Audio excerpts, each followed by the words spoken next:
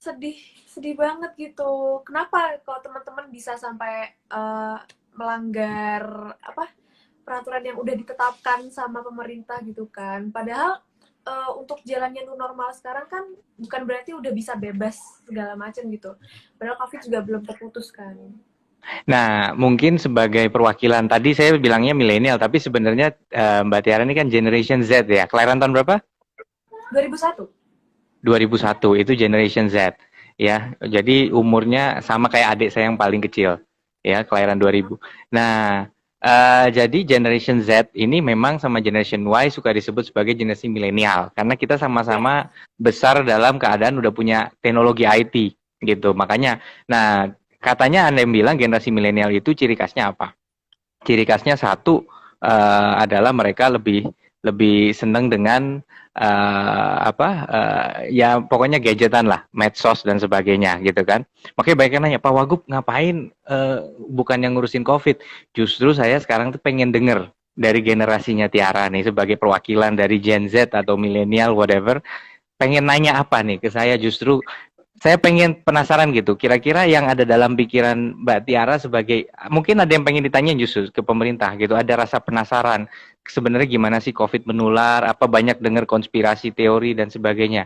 Saya balik nih, monggo Mbak Tiara ada nggak rasa penasaran yang pengen ditanyain? Karena saya tuh pengen memahami lebih lanjut nih. Apalagi Mbak Tiara kan sebagai idolanya anak-anak muda sekarang, uh, mudah-mudahan dengan Mbak Tiara yang bertanya dan mendengar klarifikasi dan percaya dengan klarifikasinya, teman-teman akan lebih tergerak untuk ikut mensukseskan penanganan COVID-19 di Jawa Timur. Iya. Monggo Mbak Mungkin Tiara, apa yang mau? mungkin saya di sini sebagai perwakilan ya dari teman-teman aku semuanya. Apa ya? Mungkin kalau dari pengalaman saya, dengar-dengar dari teman-teman saya juga itu banyak yang masih ngentengin mungkin ya bahasa ininya kayak ngentengin em, suasana sekarang padahal masih belum putus juga mata rantai COVID-nya. Cuman mereka mentang-mentang sudah new normal, jadi mereka sudah mall juga udah buka semua, mereka jalan-jalan sepuasnya. Mungkin ada hal yang nggak penting, tapi tetap pengen aja keluar gitu, udah bosen di rumah. Nah itu gimana cara apa ya? Mungkin kita bisa lebih negesin lagi buat teman-teman sepantaran aku, teman-teman milenial, karena kan pasti sekarang kan komunitas tuh banyak mayoritas banyak yang milenial jadi tuh mungkin menurut saya tuh paling efek kalau misalnya mereka mau ikut bareng-bareng untuk ngurangin apa ya ikutin pemerintah lah kayak kalau nggak misal nggak penting kita di rumah aja gitu padahal di Jakarta Ya. kita udah apa ya kayak Kalau rame banget Di Jakarta sekarang gimana situasinya, Mbak Tiara? Kan di Jakarta kasusnya masih naik, tapi Mbak Tiara tinggal di mana? Di Serpong ya, bukan? iya saya di Nah, daerah kalau Serpong. Serpong itu maksudnya Tangerang Selatan, Banten. Nah, sama Jakarta, itu gimana situasi di sana sekarang? Di sini alhamdulillah saya masih belum merasakan yang benar-benar macet banget cuman udah padat ya Pak di sini. Udah mulai padat. Dan sudah mulai padat. Mungkin kan perjalanan saya mungkin dari rumah ke studio aja. Di studio kita juga udah Oh, pasti jadi pokoknya ada cuman teorinya. ke rumah, ke studio gitu ya. Nah, di studio Ya. sendiri gimana caranya menjaga supaya nggak ada penyebaran COVID-19? Kan juga banyak orang di studio. Oh enggak, kalau di studio kita juga dibatasin.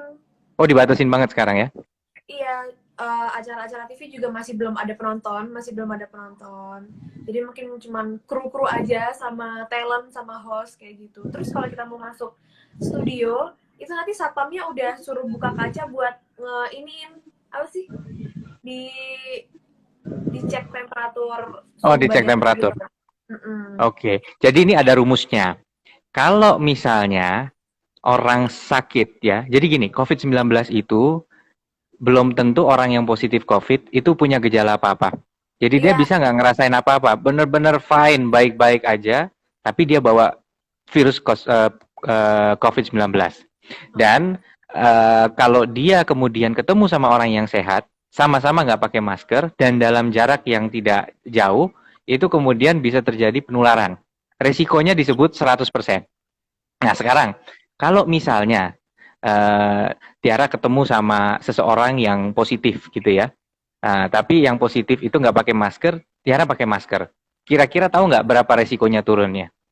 Berapa? Turunnya cuma 30%, jadi hanya menjadi 70%. Artinya, walaupun kita pakai masker, kalau kita kemudian tidak jaga jarak dengan seseorang, dan orang itu ternyata positif dan nggak pakai masker, walaupun kita pakai masker, resiko itu masih tinggi. Nah, saya balik sekarang. Katakanlah justru kita yang nggak pakai masker, yang Mm-mm. positif pakai masker. Misalnya, Tiara ketemu orang, tapi yang positif pakai masker. Tiaranya nggak pakai masker. Risikonya justru turun 30%. Jadi turunnya banyak, dari 100% jadi cuma 30%. Maka kadang-kadang kita nih, walaupun kita udah pakai masker, kita juga harus jaga-jaga sama orang yang nggak pakai masker. Jangan kemudian merasa kita sudah pakai masker terus kita tenang aja. Kita pakai masker, kita nggak jaga jarak.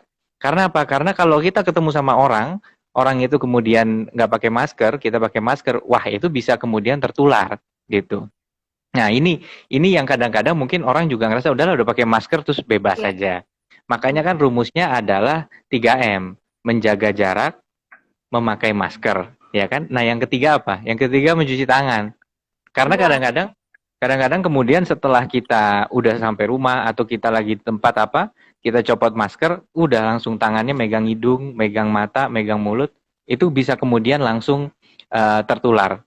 Ya, jadi memang tangan ini kan kita tahu nggak seharian tangan kita megang apa?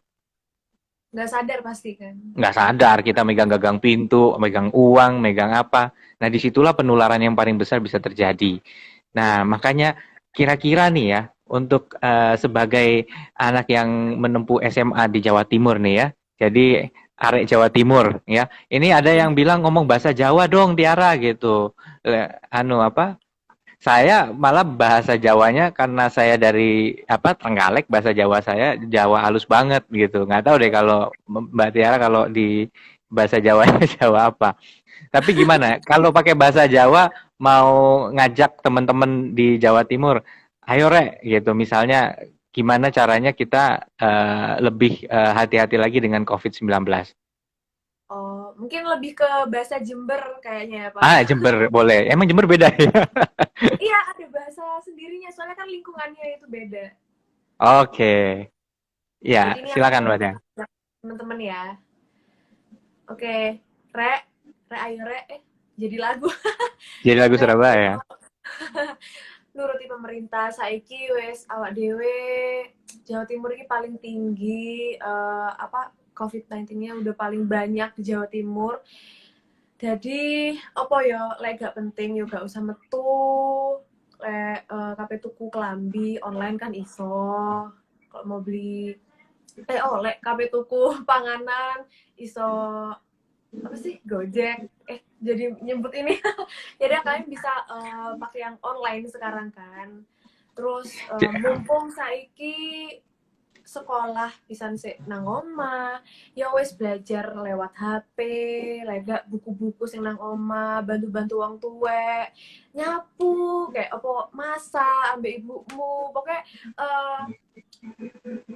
jangan sampai apa ya ada waktu senggang ono waktu senggang terus pun metu kan gak enak jadi tambah rame di luar jadi kalian sebisa mungkin aku agak lupa ya ini bahasa Jember pokoknya sebisa mungkin jangan keluar dikit-dikit keluar gitu yang penting-penting aja kalau nggak penting-penting banget terus gak usah metu jaga-jaga nama mah Jo kakean cangkruan. Nah, ya oh kan? iya Tuh. kakek ropang Ono sing ngopi takok, "Lek, Pak, lek aku apa lek kulo di kandani kudu nggawe masker, piye carane ngombe, Pak?" Lek arep ngombe teng warkop, piye carane? Kan gitu kan. Lah iya saiki kan warkop boleh buka, ya kan? Boleh. Nah, ini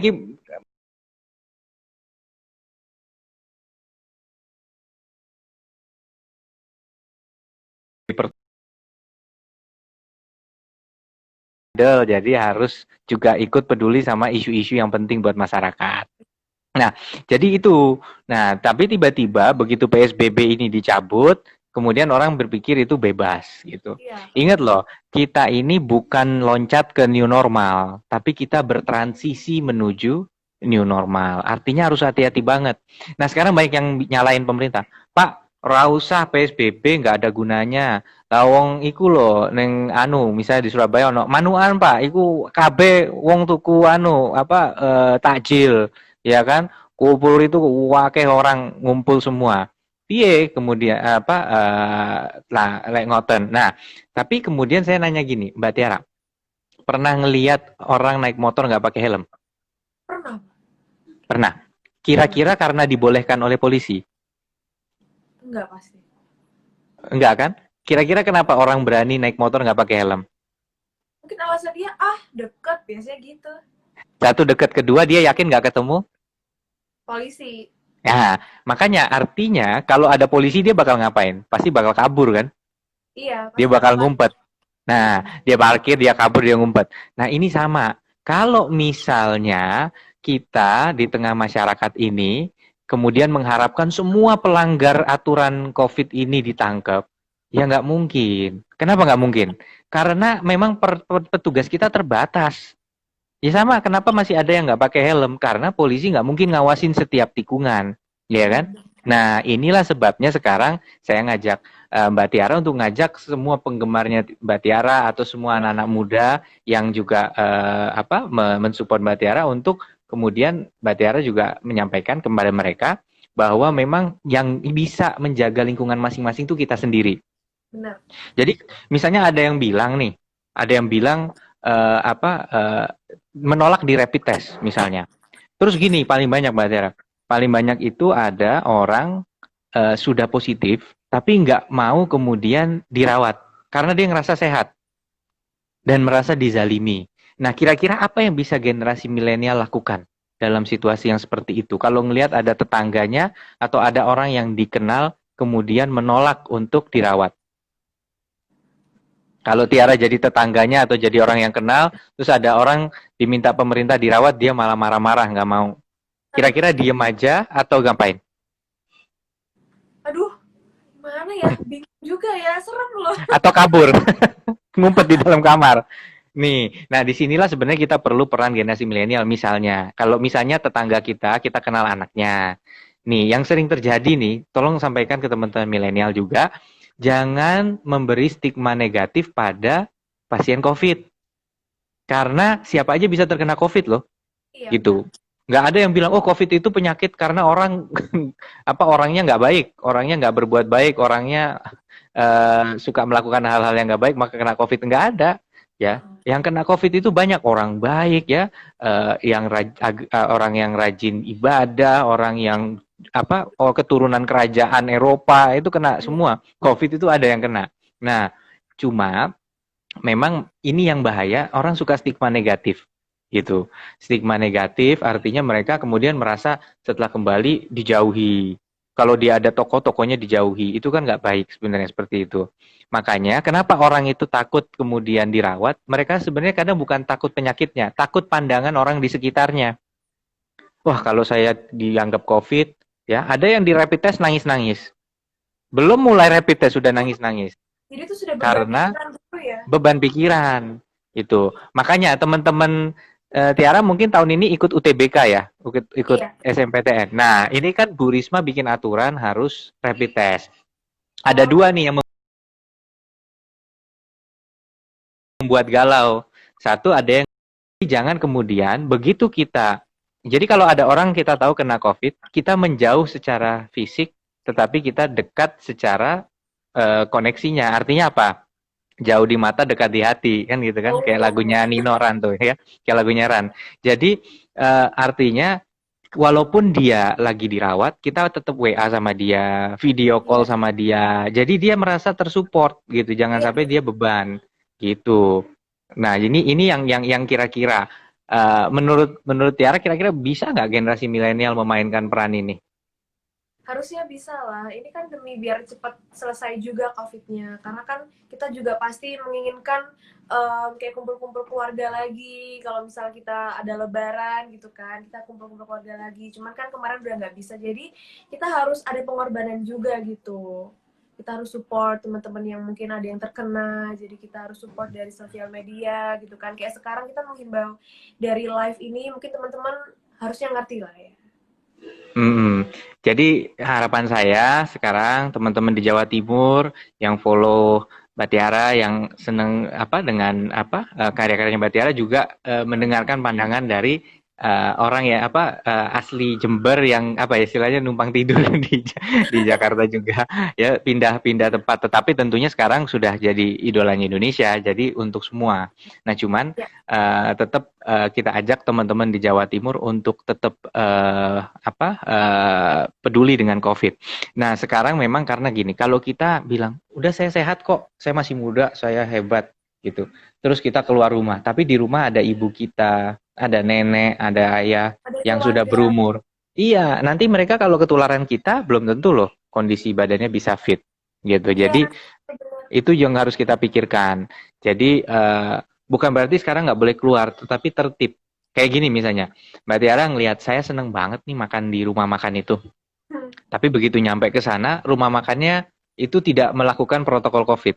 Orang itu duduknya berdekatan, ya, tidak ada fasilitas cuci tangan, yang melayani tidak pakai masker, ya di dalam situ. Nah, kira-kira Mbak Tiara tetap mau makan di situ apa enggak? Enggak, pasti udah parno Tapi pikiran udah kita. ngidam banget tuh makanan. Waduh, ini makanan udah pergi jauh-jauh pengen makan ke situ. Aduh, Tetap ya, tetap jangan masuk ya. iya jangan serem lah itu. Nah, ini yang paling penting kita bangun kesadaran dari yang beli. Jadi waktu misalnya tuh ada ngantri takjil ya, atau sekarang lagi seneng anak-anak nih goes malam. Nah, ini ke milenial yang lagi seneng goes malam, goes bengi ya, atau Iya. ngontel bengi. Iya, mari ngontel bengi, yung mulio. Ojo cangkruan, rame-rame kerumunan yang taman, yang alun-alun ya. Oh, Iku sih biasanya gitu nggarai ya. bahaya. Lah, iya, jadi mereka tuh mari goes nggak pulang, lek ngumpul, wakeh wong kalau malam-malam apalagi malam minggu. Wah, Nah, itu saya bahaya. waktu itu sempat ngingetin loh, saya ngingetin masyarakat di Jawa Timur ya. Tolong yang suka goes malam, goesnya bagus, sehat, tapi Iya. ojo kerumunan. Aku malah di anu sentak balik. Wah, Pak Wah, Wagub ini nggak seru, masa goes nggak boleh? Lah bukan goesnya nggak boleh, kerumunannya yang nggak boleh gitu. benar. Nah, artinya kita sekarang harus harus bisa membangun kesadaran di antara generasi milenial, generasi muda, generasi Z, anak-anak muda bahwa kalau mau itu mulai dari diri sendiri, karena nggak mungkin petugas itu ngawasi setiap pojok.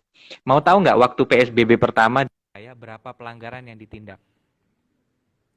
Kenapa, Pak? Tebak berapa pelanggaran yang ditindak polisi di PSBB tahap satu? Gak ngerti. Hampir 15.000. Banyak nggak? 15.000 Iku wis ketangkep sak monokean. yang Sing belum akeh sing ketangkep berapa? nganggar. Iya.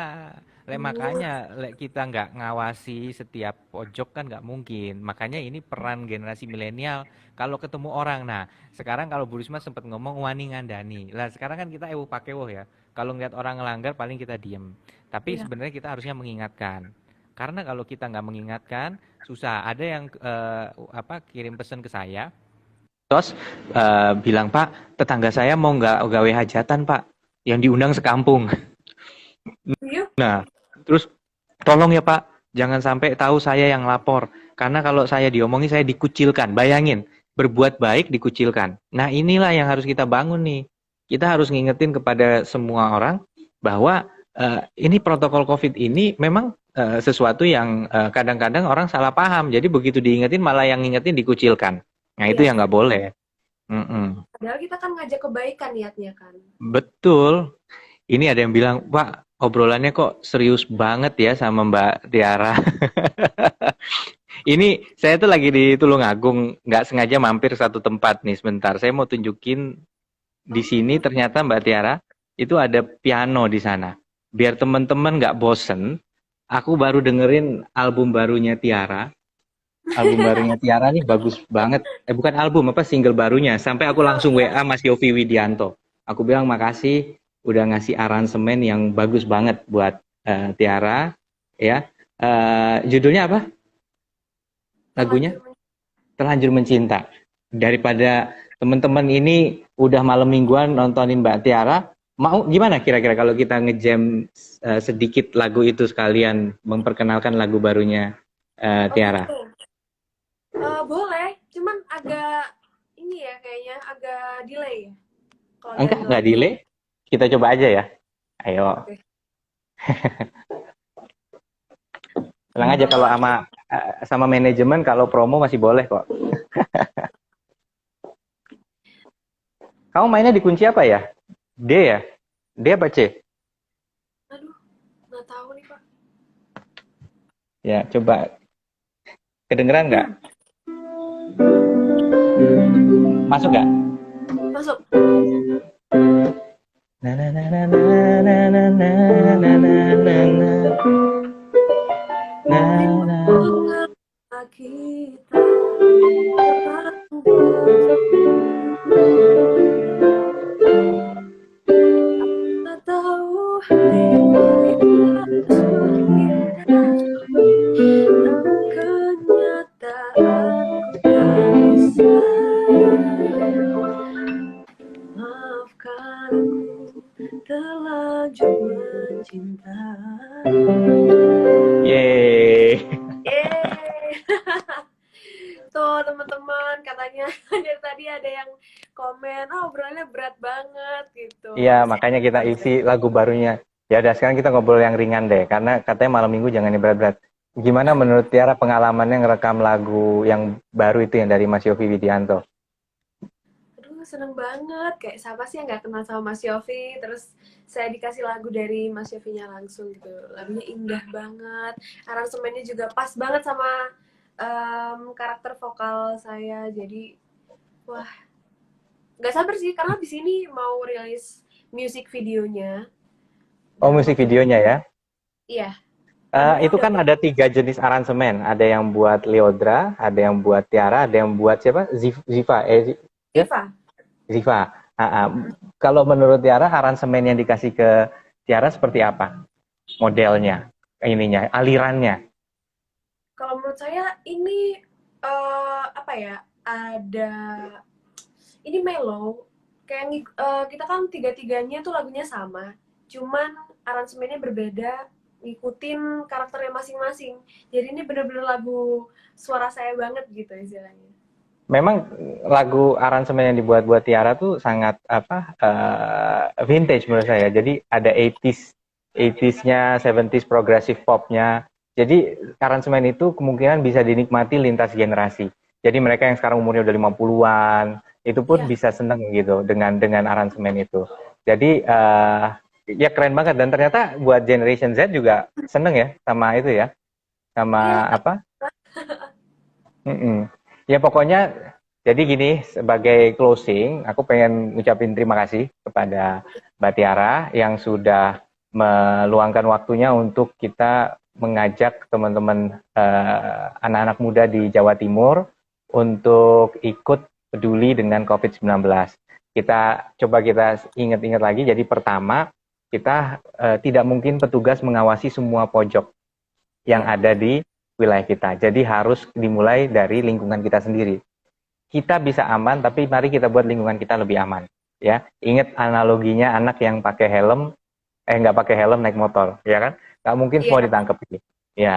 Nah, yang kedua juga memang jangan mengucilkan mereka, menjauhi mereka yang terkena COVID. Kita masih tetap bisa memberi support lewat WA, lewat video call, ya, gitu. Dan itu menjadi sangat-sangat penting, penguat, karena ya namanya COVID hari ini siapapun bisa kena.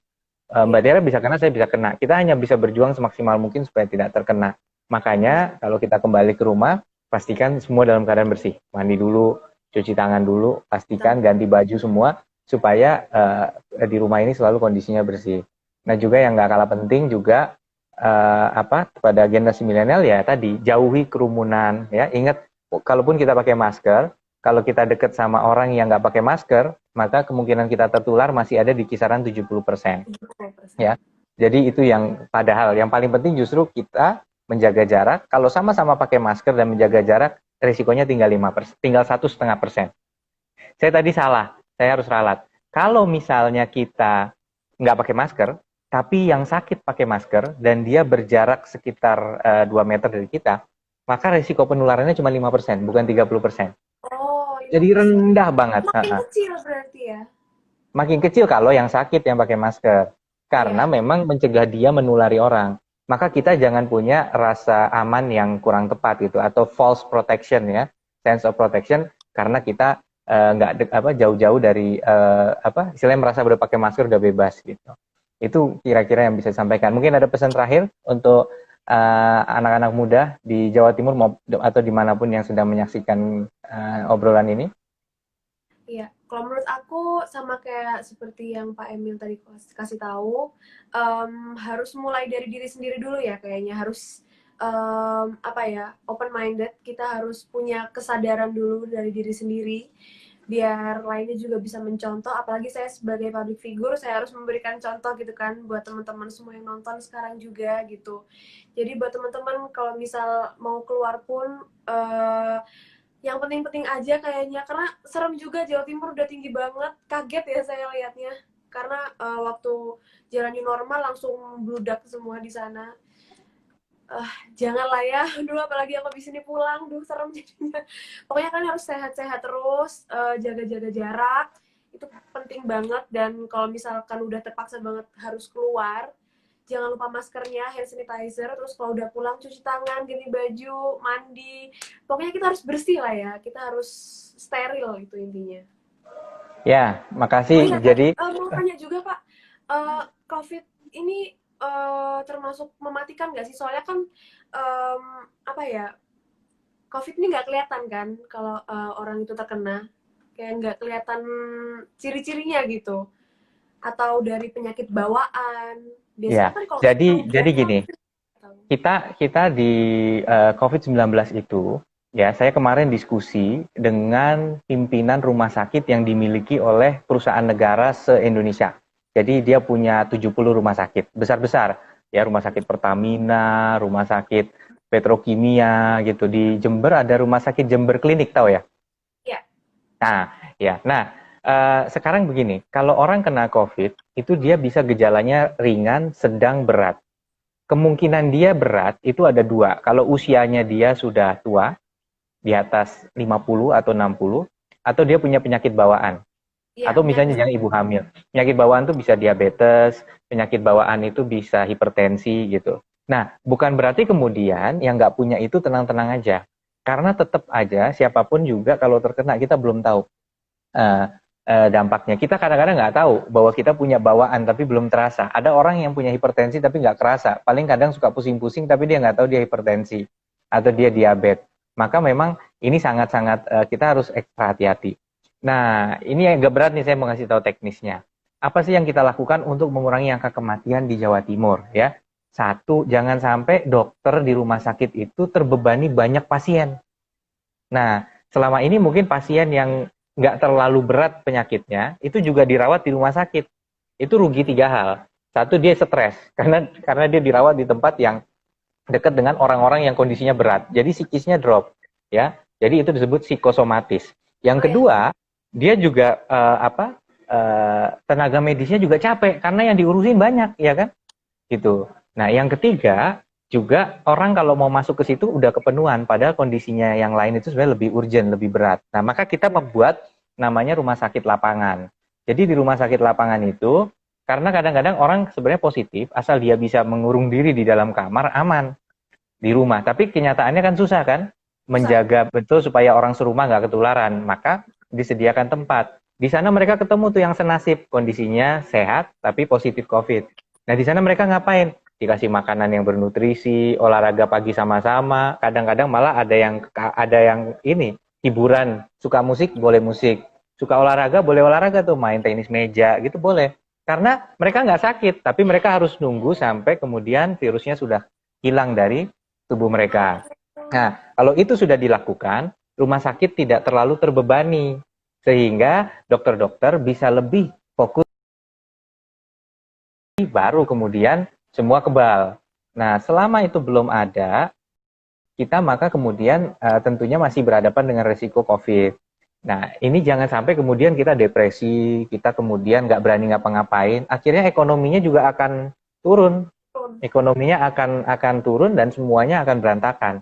Nah, kenapa ekonomi penting? Bukan karena kita nggak sayang nyawa, tapi orang hidup dengan makan, ya kan? Nah, kalau ekonomi nggak jalan, orang nggak bisa makan, dan itu bahaya. Nah, makanya kemudian kita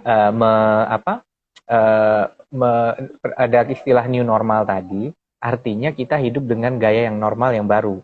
Jadi sekarang nggak salaman itu normal, nggak Iya. ketemu orang tapi kita nggak berdekatan itu normal. Kalau dulu kan kayaknya nggak akrab gitu ya, kemudian nggak salaman, normal. Pakai masker itu Iya. normal ya, nggak kumpul rame-rame ya, mbek wong akeh gitu kumpul, itulah Normal yang saya. normal ya. Rawono hajatan gitu, macam-macam itu juga normal. Tidak mengadakan acara festival besar-besar itu normal. Biasanya itu nggak normal, tapi sekarang harus jadi normal dulu. Nah, mudah-mudahan kita bisa menerima situasi ini. Makanya juga sesama musisi, ya kita dorong, ya Mbak Tiara sekarang menghibur masyarakatnya dari layar kaca dulu, dari video dulu, sambil mudah-mudahan semuanya segera bisa kembali. Siapa tahu nanti akan ada konser aman. Konser aman tuh artinya yang bisa masuk hanya sedikit orang, jaga jarak, semua pakai face shield misalnya. Siapa tahu, mungkin nanti Mbak Tiara bisa nyanyi di Surabaya, kita pakai protokol COVID. Tapi Oh, tunggu grafiknya turun dulu ya. Kalau iya. enggak, kita main di kota yang sudah. Kan sekarang yang zona merah nggak semua, banyak yang zona orange dan kuning di Jawa Timur. Gitu. Dan oh iya, kita sebenarnya sempat mau ini ya, saya sempat ada nyiapin lagu ya. Nanti kita setelah Tiara single yang sama Mas Yofi, kita Oke, ini oke. ya, kita lanjutin lagi ya Iya. rencana yang kita sempat bahas. Tertunda gara-gara COVID. Baik, Mbak Tiara, terima kasih. Sukses Terima kasih selalu. banyak, Pak Emi. Semoga single barunya sukses. Singlenya yang Gemintang juga masih tetap ini ngehits. Dan Mbak Tiara terus uh, vokalnya semakin keren.